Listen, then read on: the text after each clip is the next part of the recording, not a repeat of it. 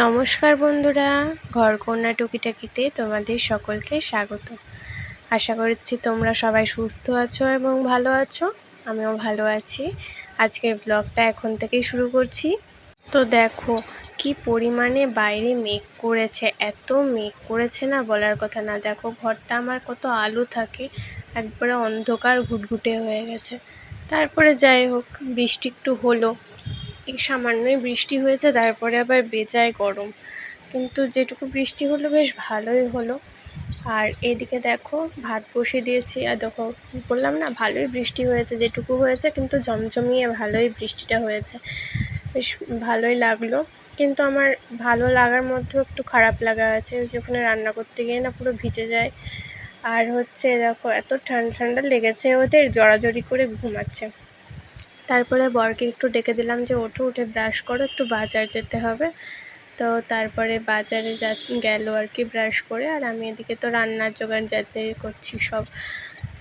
রান্নার জোগাড় না করলে ওরা সবাই অফিসে যাবে না, তখন খাওয়ার জন্য তাড়াহুড়ো লেগে যাবে, তাই না? তো এই যে টুকটুক করে রান্নাগুলো করছি, আর ওদিকে তো ওরা ঘুমাচ্ছে আর বর গেছে বাজারে।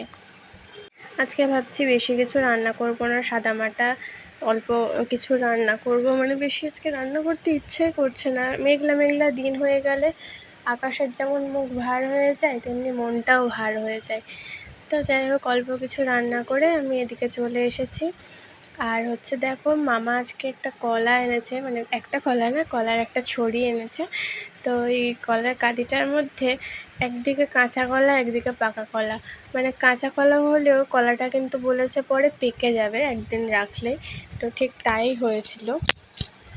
আর হচ্ছে তারপরে আর সারাদিনে ব্লগ করা হয়নি, শরীরটা ভালোও লাগছিল না, আর মেঘলা মেঘলাও করছিল, গরম লাগছিল।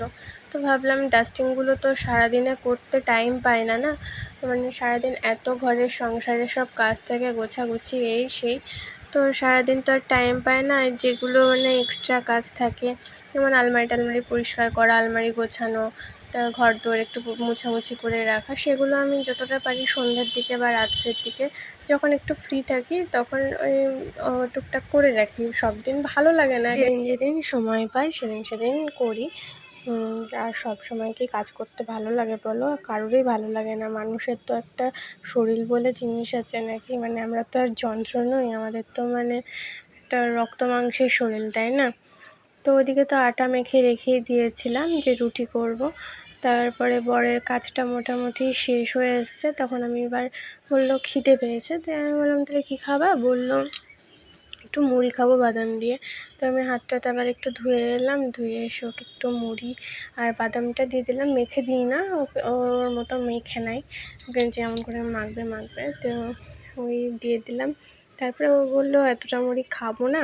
তারপরে ওর সাথে বসে বসে আমি আবার একটুখানি মুড়ি খেতে লাগলাম। ওই মুড়ি খেতে খেতে গল্প করতে করতে আবার কিছুক্ষণ লেট হয়ে গেছিলো। দিয়ে তারপরে বললাম না, লেট করে লাভ নাই, কাজটা যখন ধরেছি শেষ করেই দিই, তারপরে রুটিটা করতে হবে, আটাটা মেখে রেখে দিয়েছি। তো তারপরে এই যে সব ঝাড়াঝুড়ি করছি। এই দেখো এই বইটা আমি কিনেছিলাম, তখন আমার ফোনটা ছিল না, খারাপ হয়ে গেছিলো। আর বইটা তখন কিনেছিলাম পরীক্ষা দেবো বলে, আইসিডিএসের তখন ফর্ম ফিল আপ করেছিলাম, পরীক্ষা দেবো। তো এত সংসারের চাপ, তারপরে পরীক্ষা নিয়ে অনেক খেচা হয়েছিল না, বাড়ি থেকে বললো থাক দিতে হবে না, এবারের পরীক্ষাটা অন্য কিছু হলে তখন দিও।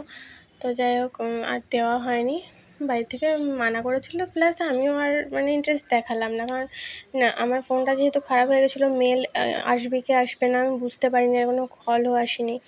আরে দেখো একটা বই পেয়েছি ওর ছোট্টবেলাকার, এগুলো এখানে যা বড় বড় খাতা দেখছো সেগুলো সব ওর ছোটোবেলাকার বলতে কি মাধ্যমিক উচ্চ মাধ্যমিকে যখন পড়াশোনা করতো তখনকার খাতা ওর। আর এই পাশে সব ওর ডায়েরিটা যেখানে রাখা ছিল দেখলাম, ওইগুলো হচ্ছে ওর কম্পিউটারের সব, মানে যে কোম্পানিতে কাজ করে সেই কোম্পানির সব কাগজপত্র, ওগুলো লাগে না যদিও, বলেছে ঘর গোছালে তখন মানে অনেক সময় পেপার টেপার লাগে, তো সবসময় তো পেপার ঘরে থাকে না, আমাদের তো পেপার আনা হয় না। তো যখন কাগজ টাগজ কোথাও পাততে হয় তখন ওগুলো ছিঁড়ে ছিঁড়ে দিয়ে দিয়ে দেখো, যেমন এই আলমারির মাথায় পেপারটা আগের বার যখন পরিষ্কার করেছিলাম পেপারটা দিতে ভুলে গেছিলাম, তো এবারে দেখছি প্রচণ্ড ধুলো হয়েছিল। তো দেখছি না, এবারে কিছু দিতে হবে, না হলে হবে না, প্রচণ্ড ধুলো হয়ে যাচ্ছে। পেপারটা দেওয়া থাকলে কি অল্প ধুলোটা লাগে, পেপারটা পরে ফেলে দিলে আর অতটা ধুলোটা বোঝা যায় না। তো ফুলদানিটা ওই ফুলের যে ইয়েটা আছে, ফুলদানিটা প্লাস ওই ফুলটা, ওটা বিয়ের আগে বর আমাকে মেলা থেকে কিনে দিয়েছিল। ওটা এখনও আছে, প্রায় ওটার বয়স আর আমাদের সম্পর্ক একই বয়স হয়ে গেছে, 7-8 বছর হতে চললো ওটার। আর হচ্ছে দেখো, তারপরে এগুলো তো দিনের বেলায় করতে মানে আমি সময়ই পাই না, এই মোছামুছির কাজগুলো। তো ও এখন আছে ঘরে বসে, দিয়ে ওর সাথে গল্প করছিলাম প্লাস এই কাজ করছিলাম। আর ওই দেখো, আমার তো স্ট্যান্ড নেই, এদিকে ওদিকে ফোন রেখে ভিডিও করি বললাম না তোমাদের। ওই দেখো, ফ্রিজের মাথায় ফোন রেখে ভিডিওটা করছি। আমি যখন ভিডিওটা করেছি তখন খেয়ালই করিনি যে ওখানে ফোনটা দেখা যাচ্ছে। তো যাই হোক, দেখা গেলে আর কী ক্ষতি, তাই না? এখন আমি ভিডিওটা যখন এডিট করতে বসেছি, আমি তখন দেখছি যে ফোনটা ওখানে দেখা যাচ্ছে। তারপরে নিচের দিকে বসে পড়লাম, আর দাঁড়িয়ে থাকতে পারছি না, এত গরম লাগছিল। মানে জানলার ধারে আছি, তাও গরম লাগছিল, ভালো লাগছিল না, দিয়ে বসে পড়লাম। বসে বসে নিচটা মোছামুছি করছিলাম। আর এই আলমারিটা আমারও অনেক দিনকার হয়ে গেছে।